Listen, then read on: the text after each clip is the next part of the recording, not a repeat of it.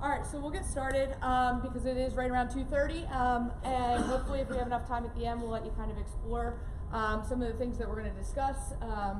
And so my name is Jenny Southmaid. I'm the Instructional Technology Coordinator for the Westchester Area School District.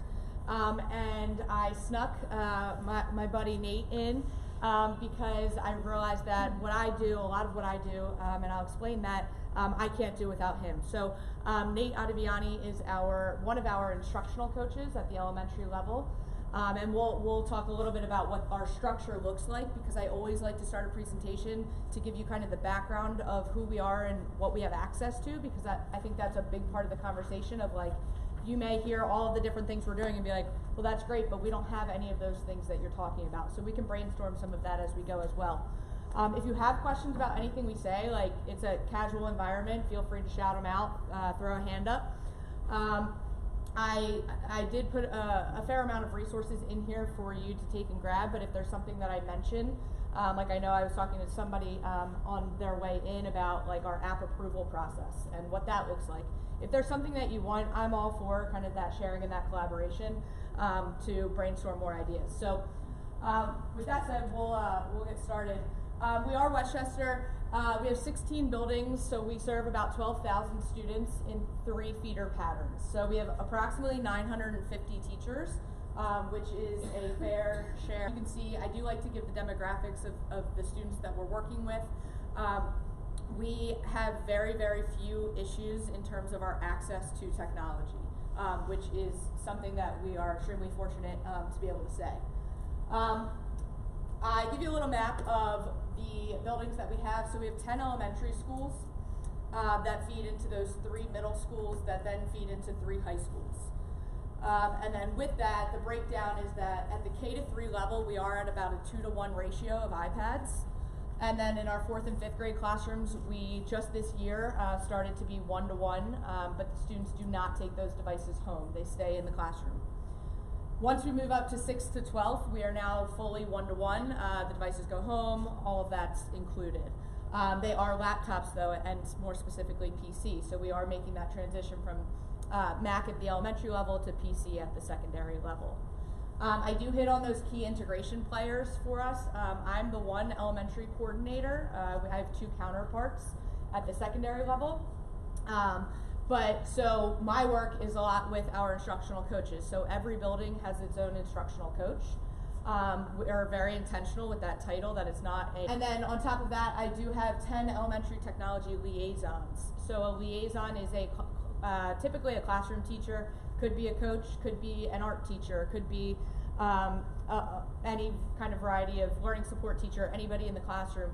And there's 1 per building, and it's like a supplemental contract. So you'll see some of the work that they did with us as well, but they're just another resource for our teachers to go and kind of share an idea with or ask for help with specifically the instructional conversation as opposed to the hardware and the technical.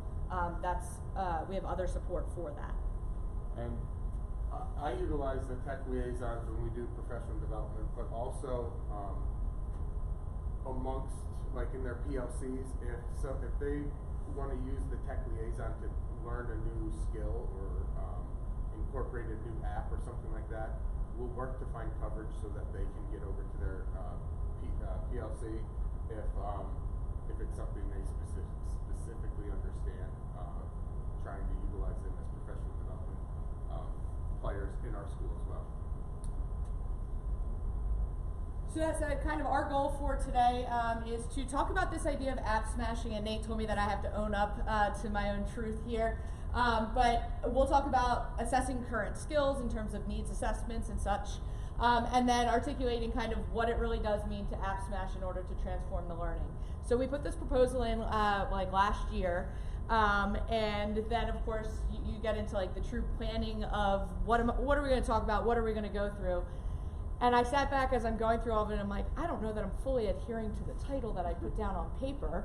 And I'm like, I think I can work my way back to that, because I think we talk a lot about this whole idea of app smashing, and it gets into this grandiose idea of like these complex apps that I've got to work together, and then at the end I can say that I use ChatterKids and iMovie, and I threw it into a collage, and I mixed something else in for a filter, and it sounds all kinds of fancy, and then somebody like a Nate or one of our principals or I will be like, so what did the kids learn?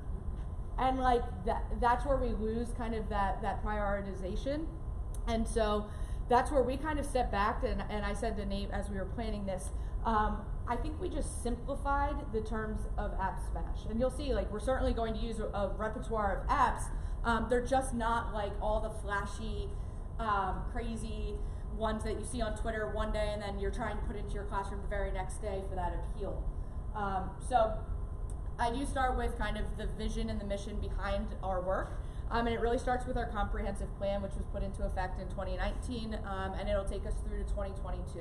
So we have 4 goal areas in our comp plan. Goal area 2 is very specifically designated for innovative teaching and learning. And that's really driving all of the work that we're doing as a district and as an elementary division. So specifically, we're really looking at strategy 1 throughout today's work, but that idea of purposeful technology integration. And if you want to click there and read the more in-depth comprehensive plan, you're more than welcome to. That said, we started our full-day kindergarten program I think we're in year 3 years ago. 3, yeah, so 3 years ago, which is when we started to talk about purposeful play in the classroom. And 3 years later, it's now worked its way up from K to 1 to and they're currently developing thematic units for 3rd grade. So we're trying to roll that idea of play and kind of that hands-on approach, which is where we adopted some work from Kathy Hirsch-Pasek, who does a lot of the play-based theory. And so we started with the 4 C's, as you all know them, but we then added in confidence and content, with the reality that we still have to teach to those specific standards and such, but we also know that we need to equip our kids with the confidence to be creative and to let loose and to increase their vulnerability in the classroom. So we added those 2 on as we continued the work that we're doing with the purposeful play. And that brings us to the fact and reality that 93%, according to ISTE, of teachers are using some form of digital tool in the classroom. So 5-10 years ago, the question was like, can we get them to just like start using technology? Well, the reality now is that they're using it. The question is, how are they using it, and is it in a purposeful way? So, like I said, our access is not the issue at this point. It's the way that we're using it. So, as part of that comp plan that we did, we developed a committee called the Innovative Teaching and Learning Committee, and it's comprised of teacher leaders from all 16 buildings, different administrators, assistant principals, curriculum supervisors, a whole mix of informal leaders in our district. And we came together to talk about like, what does innovation look like in a classroom? And it was a very hard thing for us to define, as you can imagine, because it looks different depending on where you go in terms of level, subject area, and just truly what the innovation component looks like. So that committee work evolved into these 6 elements, and so as I continue to talk, I'll show what the kind of definitions for each of those elements is.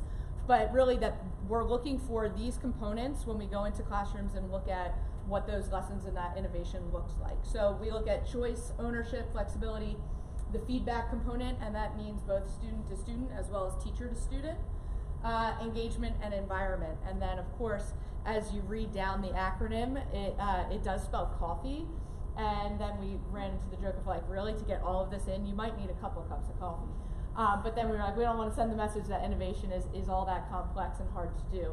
But it does help when we're trying to jog our memory of what all the 2 F's, 2 E's, and all of that. So, what I actually really like about this is if you go through there, you're not going to see technology anywhere on that document.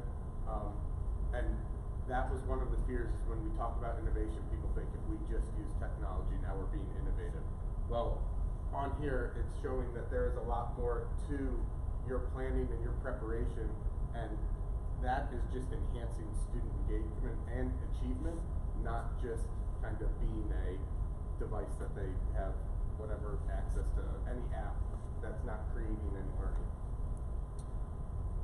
So with that, right, you go with the meme of there's an app for that in 2010, and so full disclosure, our apps got completely out of hand, and so in 2017 we had 482 apps on our approved app list, ranging from very good quality apps from Flipgrid to Schoology to all of those, all the way down to what we often coin as our babysitter apps.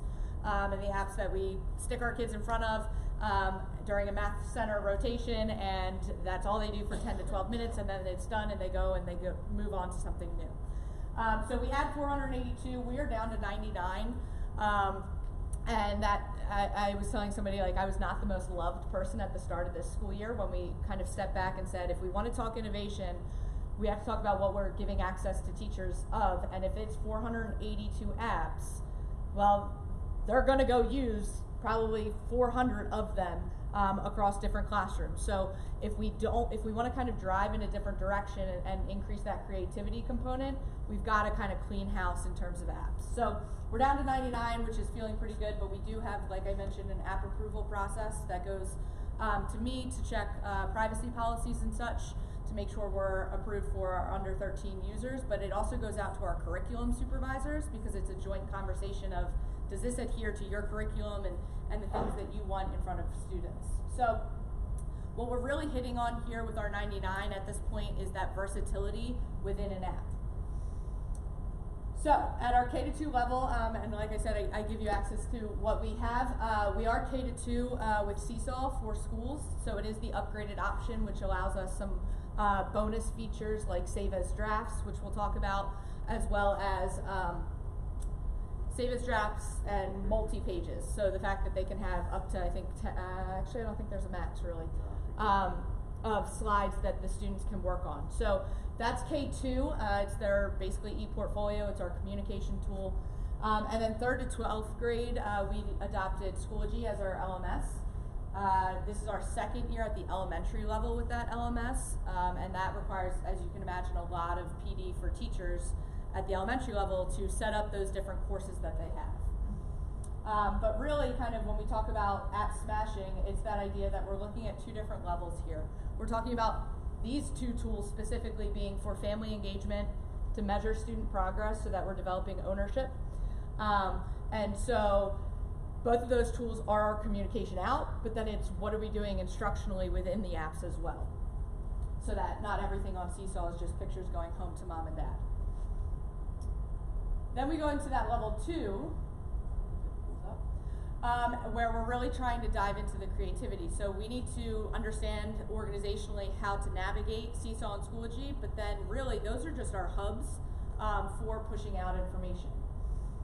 So we like to weave in our Seesaw with our Apple, and everyone can create. So in order to do all of this, we have to kind of face the reality that I mentioned we have 900 teachers across the district. Specifically, we have 250 at the elementary level, right around there. So we've got people in all facets of readiness and capability when it comes to instructionally planning for technology integration. So when we talk about where are we starting, identifying for teachers where they are, just like our students, we want them to own what they're doing. So if we're going to kind of meet students where they're at to move them forward, we have to do that exact same thing for our teachers. And if we're not, we're doing them a disservice, which then transfers into their classrooms. So when it comes to staff professional development, we're looking at 2 things and making sure that we're accommodating both here. We're talking about skills and their competencies in terms of do they know how to get started at the nitty-gritty of just using the devices that they have at hand, and then the pedagogical planning. One of these is far harder than the other. But we start with our skills competencies. So I gave you one example of a skills self-assessment, and we actually did this with principals over the summer first, and that was an eye-opening experience as well, because if you're not building the leaders of those schools, it's not going to transfer to the staff professional development, which then transfers to the classroom. So we did a lot of work over the summer with our principals and administrative team, where we gave them a self-assessment, and we just said, like, brutal honesty, like, where are you and where can we grow? And then we designed PD for them throughout the summer to meet some of those needs.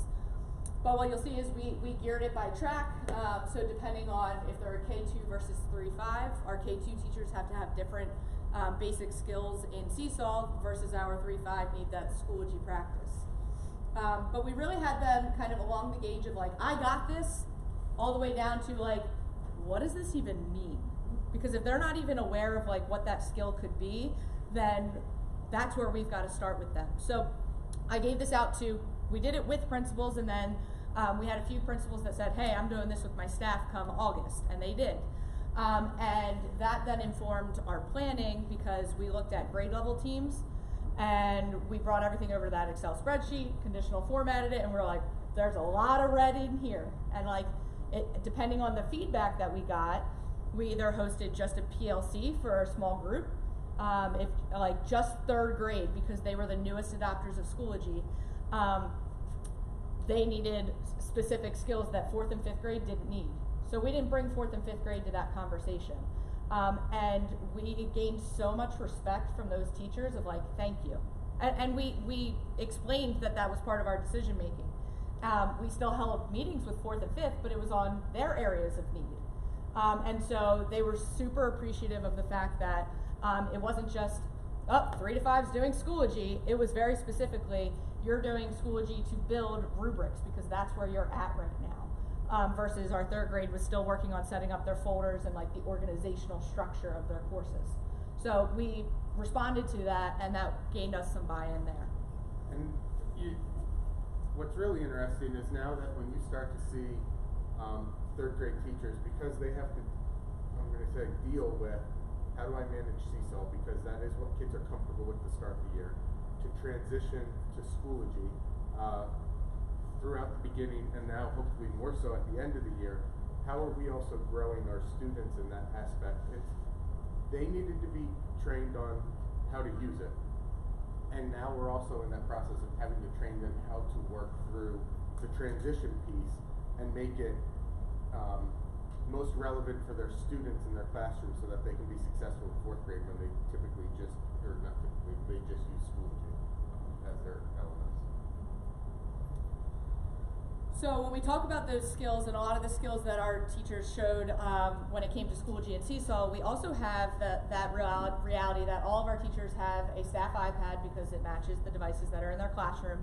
And so it was the question of, I can stand up here and go through step by step how to create a keynote template and how to add a title and how to add a shape, and I can bore them to death that way, or we can let them get hands-on. So what we did was we built like a probably 10 to 15 different skills like these.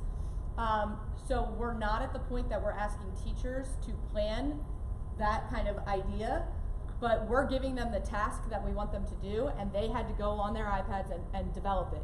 And we walked away.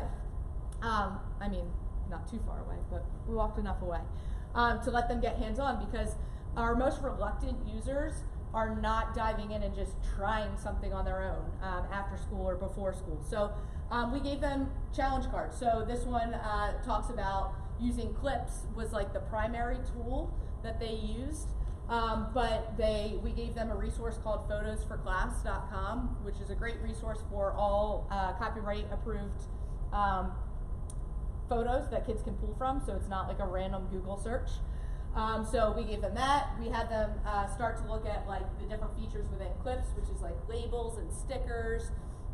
And we did 2 cards in one 45-minute PD. And we talked about the options of like, we could put all 10 to 15 cards out around the room and let them go to them. Or we could hone in on like 2 at a time. And then they all walk out, and those are the 2 that they've learned and they've acquired. And then the next time we put out 2 more cards. And that was very intentional because, and that's something that actually Nate's building itself dedicated purely to kind of building teacher capacity with one tool. And then you start to look at the vertical alignment there. And so that's where, when Jenny and I were planning this and we were going through, I was like, I'm going to be honest with you, we don't quite app smash yet.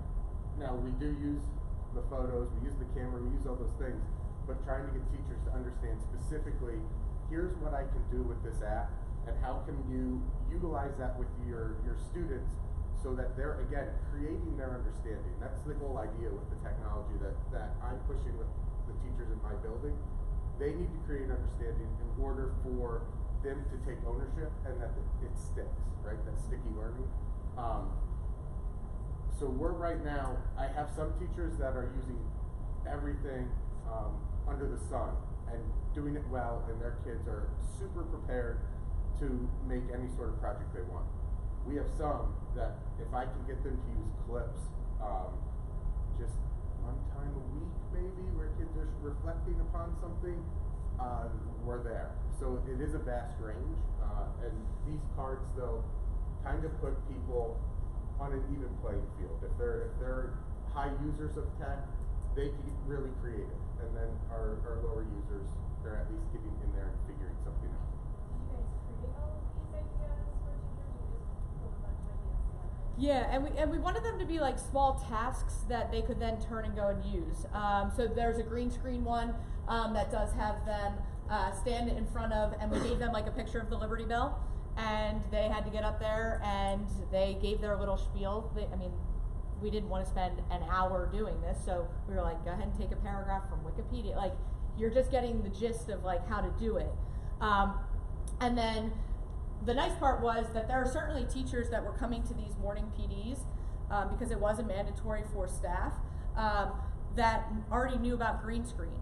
But we we're able to offer them some additional skills or challenges. So like this challenge is, asks the student or the user to use Pages as a teleprompter. If you've never done that before, it is awesome. Anybody familiar with the teleprompter feature? Do you want to see it? Yeah. We can pull it up. So the teleprompter feature is within Pages, and so you'll notice actually while I'm still in there, Pages wasn't even an app that we put up on here, but it was one of those that like if we knew it's a certain teacher already knew how to use it, Nate would go over and say, hey, see what you can find out in Pages, and then we could just kind of walk away from them. And so it's just that reality that we're differentiating very subtly for different teachers. But so the teleprompter is, so if you're in Pages, it's in the upper right-hand corner where those 3 dots are. And I'll show you actually a couple things in here. It doesn't say teleprompter, so it's kind of deceiving there, but it's under that presenter mode. And so presenter mode basically changes it to, now I could scroll with my finger and you can see there's a white dot over there for the scroll. And so that's all the content that was on the page. Obviously I'm not really probably reading this one out loud, but if you click that A in the top right corner, you have the option for auto scroll, and so you just have to toggle that on. And if you're like a reading teacher in the room, you can change the pace, and what you'll see at the bottom is it says how many words per minute. So like at first we were doing this as like we wanted to make our green screen projects look a little bit more, have a little higher quality to them, and not the kids standing like this where the paper eventually ends up here as they're reading and you can't even see them. So we talked about having, the students would have 2 devices here. One's recording me and the other one's my teleprompter. And here I am in front of my green screen, and here we are at the Liberty Bell. Believe it or not, and so they write the whole spiel. And that was their informational writing, right? Check. We did that standard. It was their speaking and listening skills. Check. It was research tactics. So we hit on a lot of those different strategies all by using this. In that project alone, they did use the green screen feature of iMovie. They used Pages for organizing the research that they acquired. They're on Safari for their research.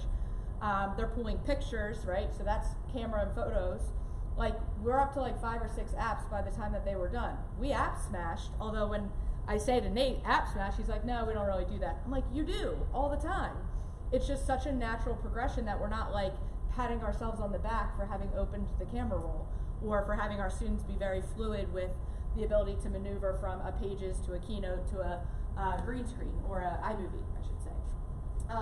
But so this is one of my my fun tools that I do like, and the kids at the end are like, we're so official, and I was like, you absolutely are.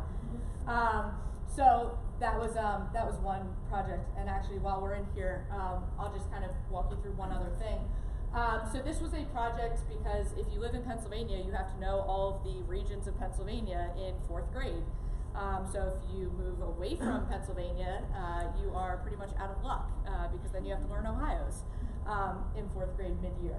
So we kind of looked at what are those different components. The end product for the 4th grade regions project is that iMovie. But what we realized is the kids need scaffolds to get them there. Like, we don't just want them like doing a quick Google search, finding out some facts, writing them down and scribbling them on paper and broadcasting it. Like, we wanted to make sure that we had all those different components laid out for them so that they were going to be successful. So you'll see that they had to have a geography component, so they had to know absolute and relative location because those are geography standards for 4th grade. We also wanted to know like what's important about the city that you're researching, and like what's its contribution, and like why is it important. And then they got to pick a famous landmark within their region. One of the features, if you don't know about them in Keynote, Pages, or Numbers, are the little flags that are attached to the different images. So that little yellow box by the camera, if I tap on it, it'll give the directions to the student of what I want them to do. So they're supposed to insert a map of where you are, take it up a notch, and use drawing tool to mark up the map. So right there alone, I'm differentiating for students who are like, I got that. Now they're gonna go highlight and mark up that map and draw an arrow and do all of that. So they're getting that little bit of a push as well. You will see where it says Jennifer Southmaid. One of the things we learned along the way is that I can change my author name in Pages and Keynote and such. So I was starting to make more of these templates, and then I was pushing them out to teachers, and then you always have the kid that's like, who's Jennifer, right? Because I'm not in their classroom. Or Nate and I are colleagues, both teaching 4th grade, and Nate did all the work to make this template, and I'm using it because I gave him something else for social studies, or for math, I should say. And then all of my kids are like, Mr. O made this? I'm like, of course, yes, he did, and I'm so thankful that he's my teammate. Like, the kids are so aware of that. So one of the things we did and started to do more of, and these are little tricks that we tell teachers, is that you can change your name on a comment box. So this is just another example that you can go through. But if I tap on the text box itself, and this applies to shapes, images, text box, anything, you're gonna see that there's a comment option. And so when you choose comment, I could say, define the landform. And when I hit done, what I did in Keynote was I changed my name to directions. So there's no more that question of like, who's the teacher. Now in Apple land, this is technically called your author name. So when you get asked the first time through of like, what's your author name? Everyone just naturally puts their name in. But then we went back and we're like, no, we don't need a name. So where it is in the upper right corner with the 3 dots. If you scroll down to your settings, you're gonna see author name is in there. And so it makes it look like you have to be a person. You really don't. So I just put directions in there, and then the kids all get the directions. And when I share this with Nate for his class to use, the term directions is the author name that goes with it. And I think the other piece too, why we find that so helpful is I'm going to say a workshop model school district. So we're workshopping in math, reading, writing, and what do all teachers want during the workshop is kids not coming up and asking you, what am I supposed to do? So those flags give them the direction again, they can check it over, and so that becomes very helpful as a teacher too, the practicality of not having them come to you and interrupt your small group.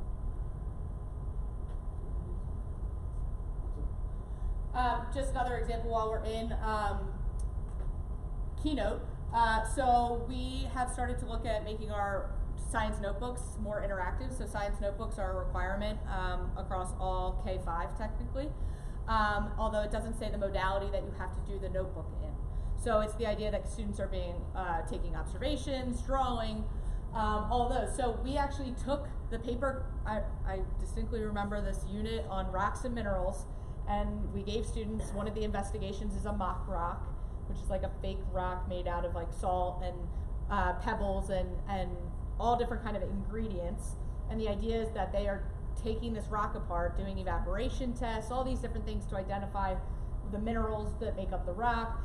And we give the kids a paper notebook that we print and tell them to draw the observations. And it looks like a chocolate chip cookie when they draw it. And then the poor kid sitting next to you that wasn't in school that day comes in the next day, and you're like, oh, just copy his observations. And you're like, the chocolate chip cookie just got so much worse on the second drawing of it. And it's like, we have 12 or 25 devices, depending on the grade level of the classroom.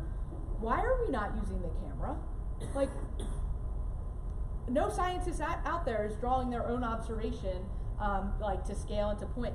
So if our idea is that we need students to be identifying the texture and the color and all those different things, like, let them use the camera. So we're taking each unit in science and making it into more of an interactive notebook, where all the students have to do is hit the plus sign in order to pull that up. And what's been really nice is the students in 2nd grade pretty much, they'll start using Keynote in that realm for just different activities. But by the time they get to 3rd, 4th, 5th, like the conversation about what's that plus sign mean? What's the paintbrush do? We're truly just giving these activities to students and saying, here's what I need you to learn, and show me how you're going to learn it. and they're able to go do it. And what's really fascinating is, you know, when you do a science notebook and you say, okay, describe what this rock looks like, you get like 2 sentences. It's bumpy, it's rough, it's gray. When you put it in here, their descriptions get so much better. And I don't know if it's because they're looking at the actual picture of the rock again, or if it's that they feel a sense of like, I can make this look really cool in Keynote. So you get the engagement factor, and then their understanding and learning just like skyrockets, which is really cool to watch.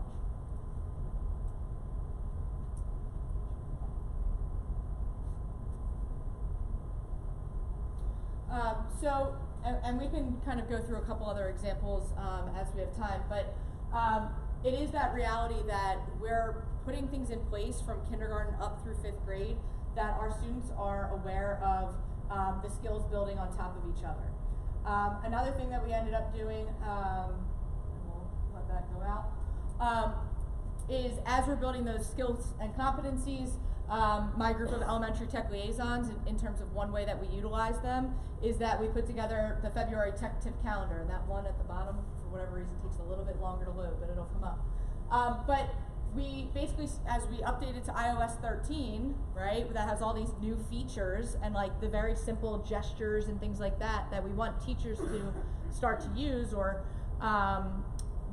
right, if you're on your iPad, you now can do the ability of split screen. So I can have my research up through Safari, and I can have my Notes app open, and I can be literally pulling and dragging across. But if our teachers don't know that that's an option as part of that update to iOS 13, it sometimes, unless you have a very kind of aware student that broadcasts to everybody, hey, watch me do this, the teacher doesn't know. And then that becomes that kind of gatekeeper of whether or not the kids start to get some of that access. So we did develop the Tech Tip Calendar, and they are super, super simple, like they should take 2 to 3 minutes a day that a teacher can browse through. So that was kind of one approach to trying to get teachers to, rather than holding a PD and having everybody come in and me standing at the front and showing you how to drag and create split screens. So just increasing kind of their capacity and their understanding of the skills. And then watching the students in the classroom say, hey, Mr. O, watch this. With a split screen. And they're able to take, and now that you can also drag and drop from one screen to the next, like it's amazing seeing what these kids do as an 8-year-old in 3rd grade. And, you know, our biggest fear as teachers is I'm not 100% sure what's going to happen.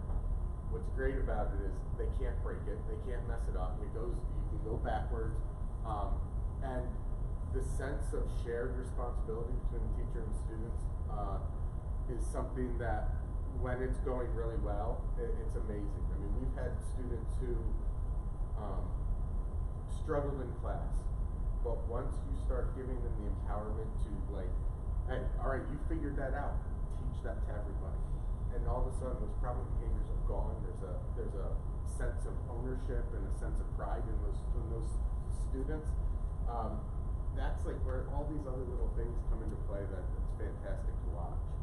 And they even, one of the examples we give teachers too to help with that kind of management of students speaking up and saying, hey, you seem to really know how to use clips well, is that you print a little app logo and you laminate them, and then it sticks on that student's desk. So if another student needs help, they're going to Nate because he's got the badge for clips.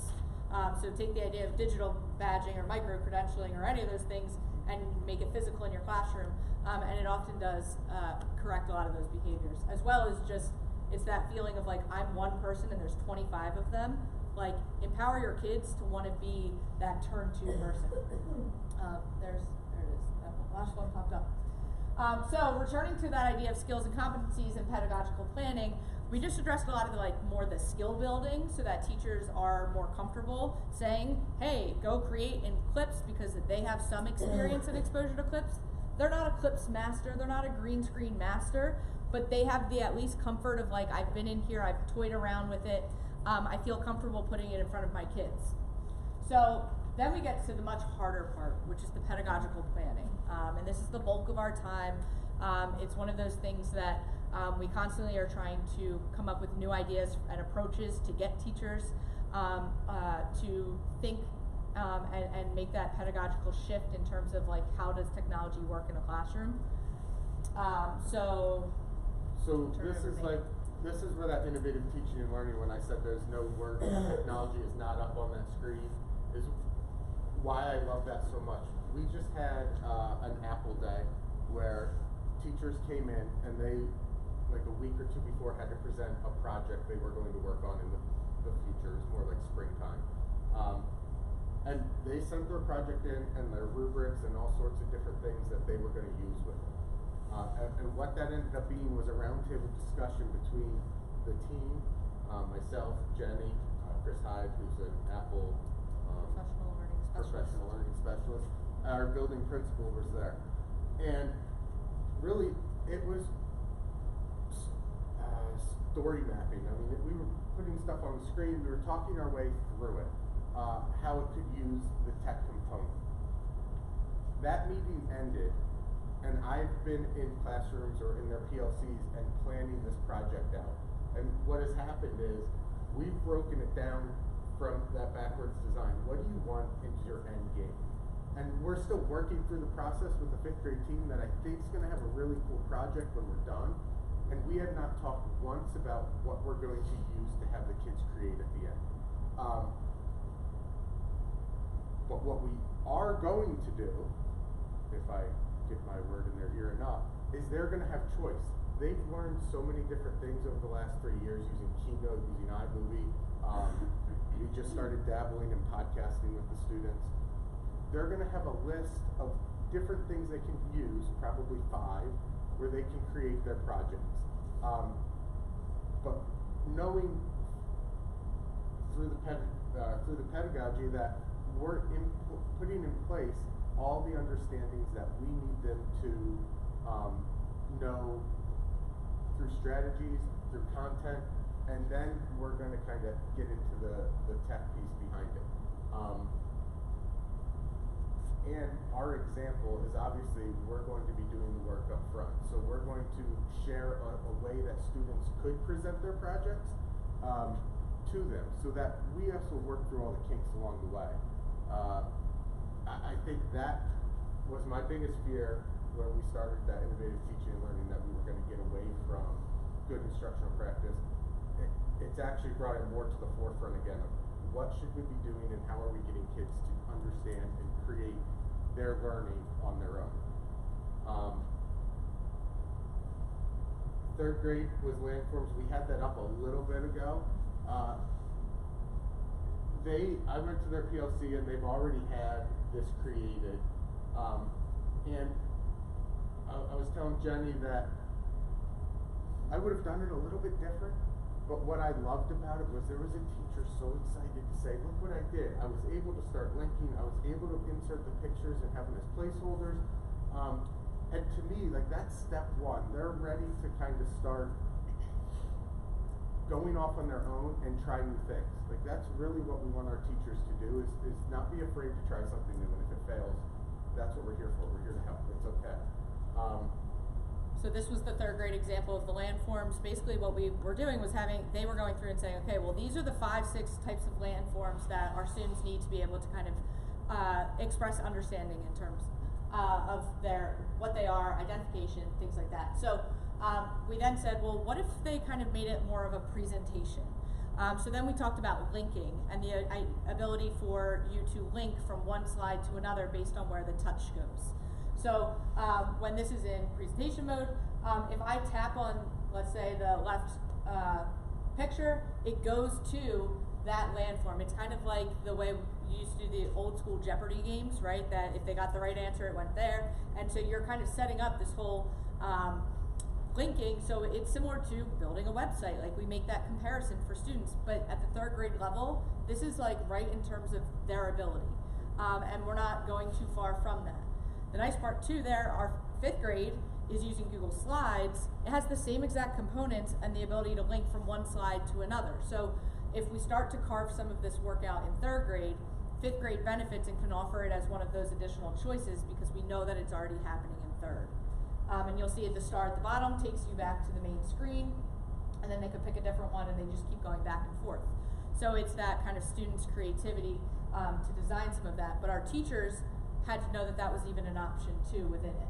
So, like Nate said, is it the way he or I may have structured this? No, but it was a great first step for those teachers to take as a group and jump into doing some of that linking.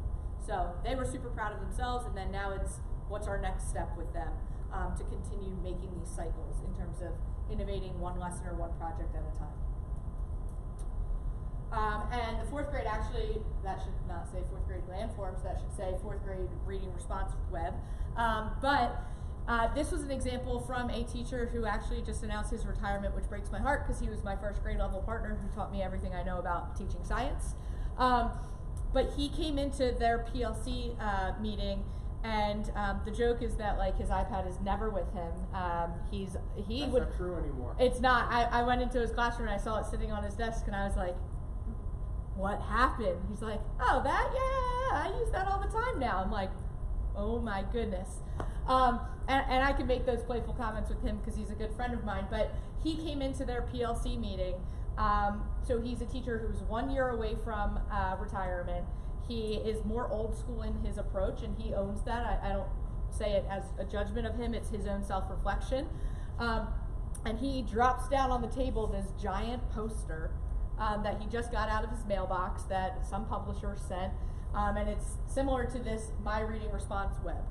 And it's like plot, summary, so the students are doing basically a reading response. And he's like, make that digital.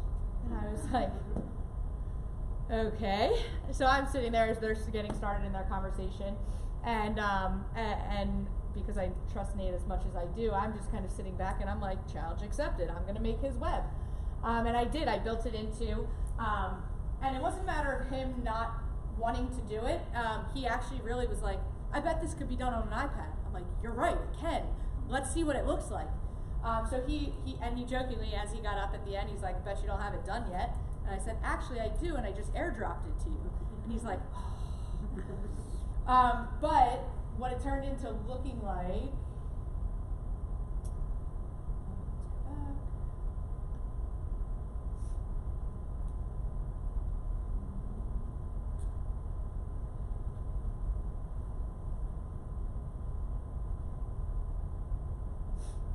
this one.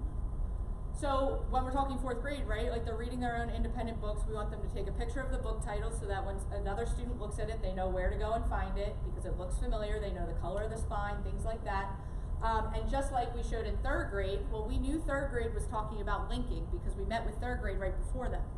And then we said, well, they're going to come to you with the understanding of how to link slides from one to another.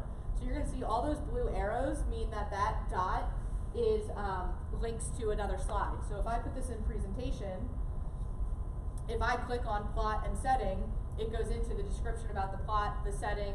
The students can either draw or upload a picture of the setting of where the book takes place. I neglected to put a home button on here, so mine won't go nicely to the next thing. But there was a spot for a text box at the bottom with the main idea. An editorial, so they'll color those shapes at the bottom. They'll format and change the color to yellow, so they'll know if it's 3 out of 5 stars or something like that. And so I sent it back to him, and he then later emailed me and was like, you never sent me that. And I was like, I did, I airdropped it. It's already on your device, but here it is as well, and I emailed it to him. And he put it right into practice. So there is that kind of conversation too of like, yes, I built it. I could have sat with him to build it as well, and that's our next step.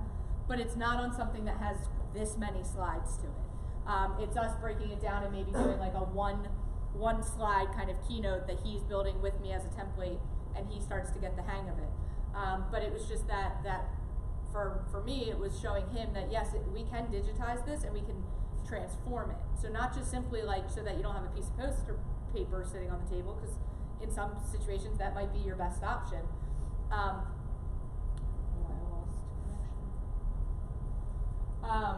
But what we added to all of these were those directions cards, so the kids were completely self-paced while they worked on this. So he has these due like once a week, and the kids do it on their own during reading workshop when he's working with other students, because we added in all of those yellow comments that say, write a blurb to sell your book.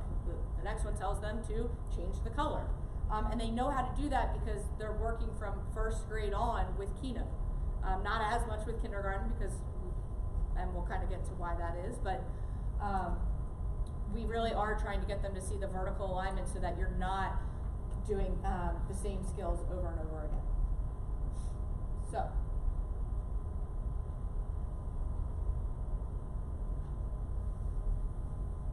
So that brings us to the idea of K1. So we kind of broke this into K1, 2, 3, and then 4, 5, and what that looks like across in terms of providing that gradual release.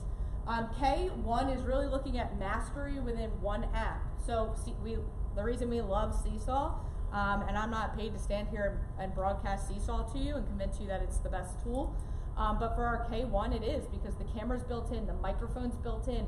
They really don't have to stray from there, and they're learning they're scanning QR codes that later their third grade teacher will put QR codes to different research articles that they want them to read. So we're building those foundational skills.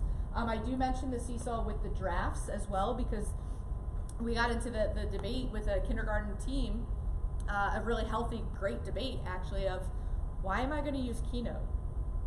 Like, in my head I'm trying to think of all the reasons that they should, and I'm coming up with nothing.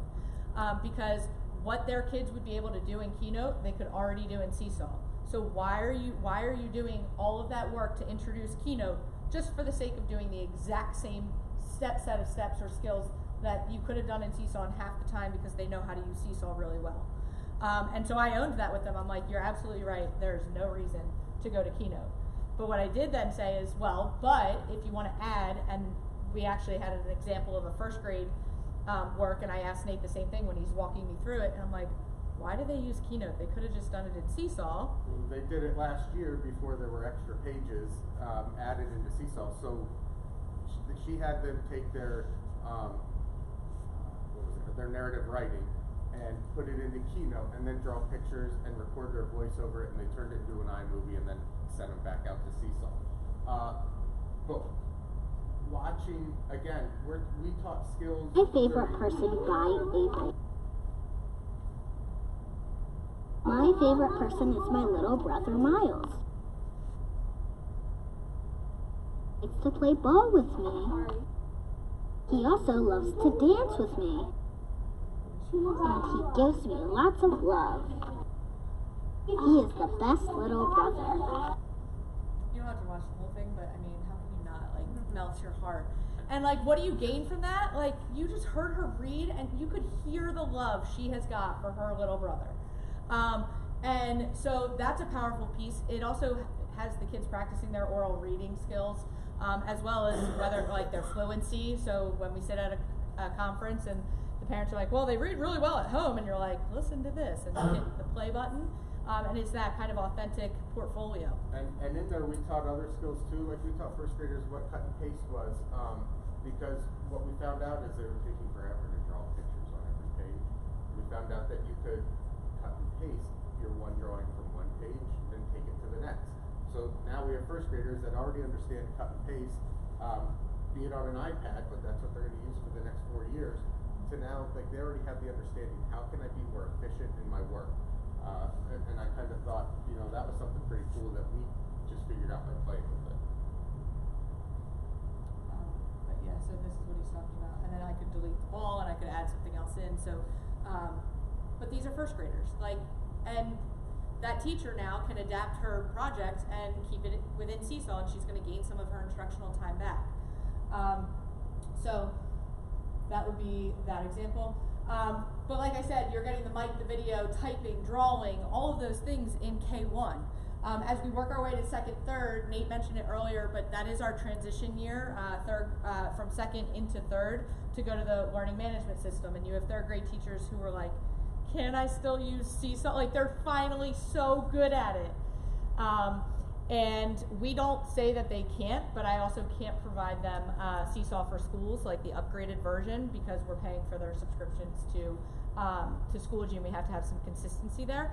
But I certainly have third grade teachers, fourth grade teachers, fifth grade teachers who are using both Seesaw and Schoology, because they understand that because they're not the same tool. A learning management system, it doesn't do everything that Seesaw may do. But also caution them that like 4th grade is counting on that you've exposed them to Schoology. Like you still have expectations within your learning management system so that the kids coming up, that teacher can benefit and not have like major gaps because this group came from Nate's and he stuck with his seesaw. Like we do have to keep some consistency there. Yeah, that is one of the biggest areas of concern that we see is teachers that tend to shy away from the technology for their understanding or belief of how students learn and what they can get them to do. So we do have to fill some holes as we go, but the holes are getting smaller or less holes in the areas as they move up through the grades. And so 2nd, 3rd, even in 4th and 5th, we're still using those templates, but we're using it as a scaffold so that by 4th and 5th, the students are able to kind of create their own creativity because they know how to insert all those different components. So that would be that. We went through, and I'll just put all of these up here, some things to consider while you're going through that planning with teachers, and these are things Nate just does as second nature, but when we don't naturally think of them, we have to bring them to the forefront. But thinking about like what additional standards can I weave into this project, because it is going to take me a little bit longer because I'm adding some technology into it, but I'm now going to weave in my informational writing in as well. So now I'm not just doing science, I'm doing science and writing all in one. So we got to get our bang for our buck there. And one of the biggest probably areas of need for that for teachers, because it's the last thing we think to plan, is what does the grading or the assessment of the final product look like? Because we do have teachers that have to put in reading, writing, math, like all grades. Well, so if I spend all this time and I did this project for the water cycle, but I didn't score any writing grades out of it, well then it gets to be the end of the trimester and they're like, scrambling for grades, like I don't have enough. So one of our areas of focus right now is on the assessment piece. Like how do you build a rubric that successfully measures all of those different pieces and are separate grades that then you got 3 to 4 grades out of that project because you put one in science and social studies and you're covering them all. So it's getting teachers to think through that and the time that it does take to build the rubric to do that, but the value on the other end of it. I would say, specifically in my building, I think I'm blowing some of their minds when we start talking about how we're going to grade these projects and how they cover so much content. That 5th grade project, they're going to be doing informational writing, they're going to be doing their social studies, and they're speaking and listening. But they're like, how am I going to do this in my 40-minute social studies block? I said, well, it's writing. Why does it have to be done in social studies? I said, and if it's writing and they're researching, can it be done in language arts also? And now they're all starting to look at me like, well, now wait a second. So I can like do this all day long? I said, well, if you correctly plan it out that way, and don't we know students learn better and the more times they're using it and when they can relate it across content areas.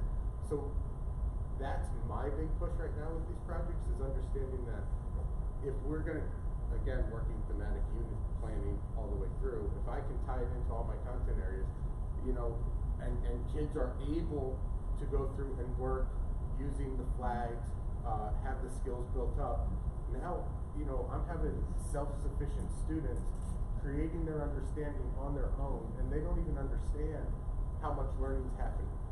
So that's one of the areas that I'm really trying to push in our school, of how does this all kind of come in a bundle. So, and if you click on that template folder, it's not all of our templates, but I did give you some to go off of if you just want to have at them. They're all housed in a Google Drive. We're going to skip this part because we're short on time. We thank you for all the work that you're continuing to do in your classrooms and in your schools. And if we can be of any help, we're happy to have a conversation, resources, anything like that. But if you have any questions, otherwise we'll wrap up. So thank you.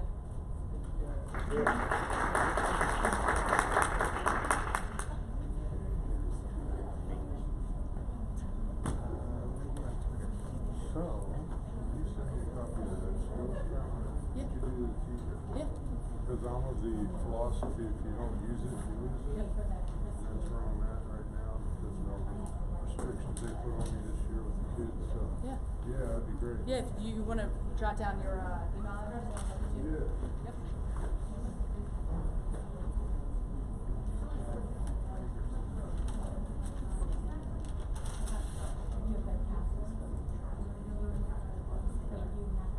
Hey Chris, can you do me a favor and take a picture with my buddy Nate? Ideas. Yes, you guys are so cute. Nate, can I steal him really